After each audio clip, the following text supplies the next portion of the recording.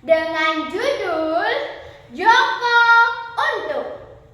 Cerita ini saya ambil dari salah satu buku pendidikan cerita rakyat yang ada di pojok literasi kelas saya. Mau tahu ceritanya? Konon, Winongan merupakan pusat pemerintahan Kadipaten Pasuruan. Adipati pada saat itu adalah Pangeran Purdangkara. Pangeran Purdangkara adalah orang yang adil bijaksana hingga usia tua. Pada saat itu, satu-satunya orang kepercayaan Pangeran Purdangkara adalah Pangeran Ngerenangkusuma.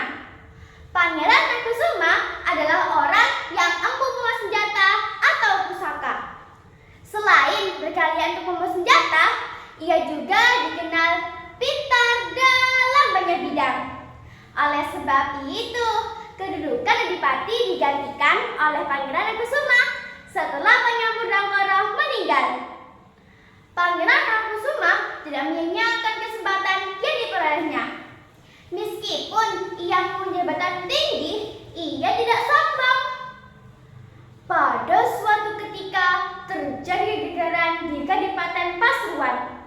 Seekor kumbang besar sedang mengamuk.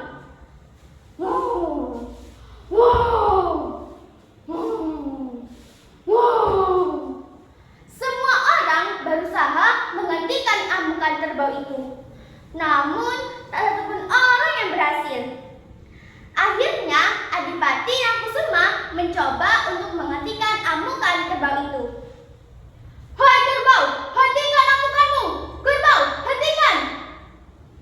Namun, usaha Adipati Ngerenangkusuma tetap menemui kegagalan. Di tengah kebingungan Kadipaten Pasuruan, muncullah seorang pria yang gagah berani. Tanpa rasa takut, ia masuk ke alun-alun Kadipaten Pasuruan. Lelaki asli itu adalah Joko Untuk. Joko Untuk adalah keturunan dewa. Ia dibuang di Gunung Semeru pada saat dia bayi oleh orang tuanya. Dan dia ditemukan oleh Pertapa Sakti. Nah, dari Pertapa Sakti inilah kekuatan Joko Untuk semakin meningkat. "Siapa dan dari manakah engkau, wahai Kisanak?" "Saya adalah Joko Untuk. Kebetulan saya melintas di tempat ini dan saya melihat kerbau itu sedang mengamuk.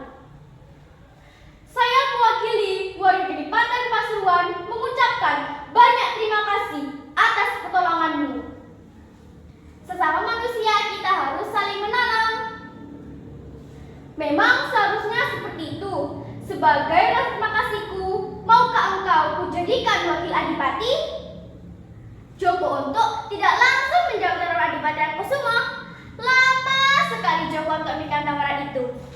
Akhirnya Joko Untuk menerima tawaran tersebut. Sejak saat itu Joko Untuk mendapatkan hak istimewa dari kerajaan maupun dari rakyat.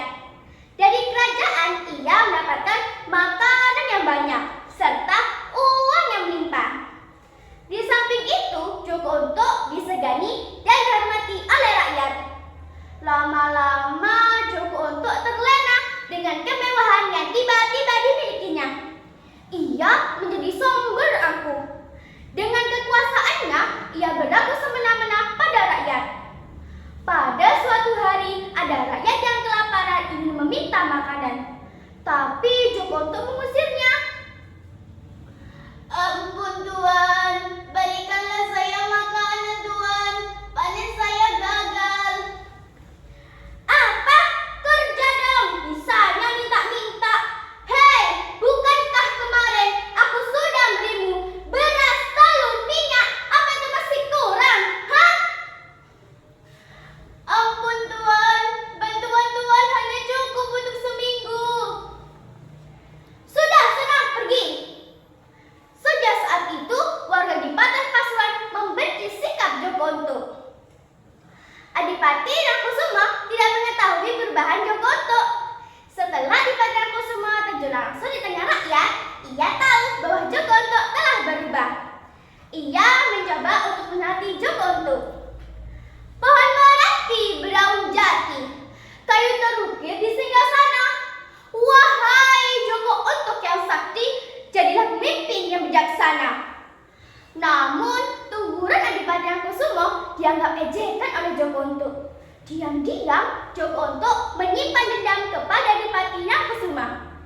Adipati Nangkusumo mengetahui bahwa Jogoonto akan menyakitinya.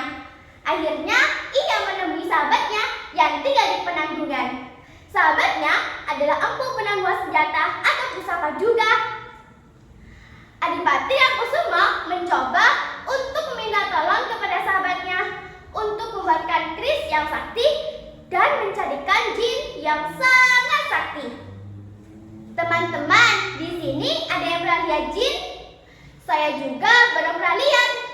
Tapi kata nenek saya, badannya besar, tangannya besar, gigi bertaring, kukunya runcing, tak makan sayur, makannya daging.